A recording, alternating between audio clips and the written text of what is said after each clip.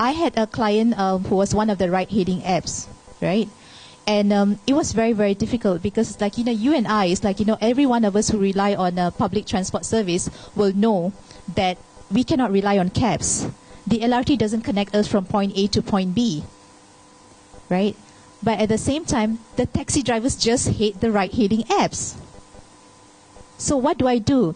Can we find any one of the drivers who have lost their jobs? Because economic downturn, right? Because it's a story that would sell. Can we find someone who lost their jobs? Can we find someone who had to go back to work because of the fact that, there is a low economic downturn?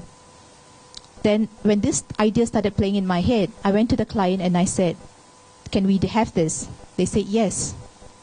So, and what happened was that I had a person who lost his job because he was a mortgage officer, and because of the fact that there was an economic downturn, he could not process that many loans anymore because people were not really eligible for loans.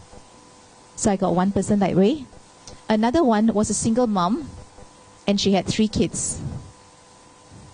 And another one were from these 2 guys who lost their jobs at Mars, because you know what happened to Mars, right?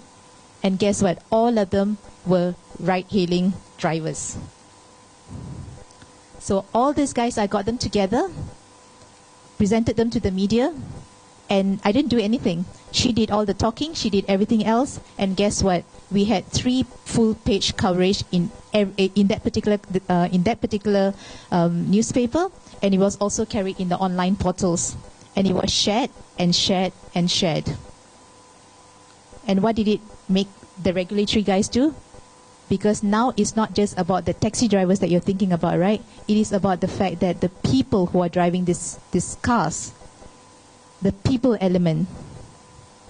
And what happened was that, 2 months later, Grab and Uber were legalized. So do not underestimate the power of PR. It's just a matter of like finding the right story to tell the story and finding the right platform to tell that story.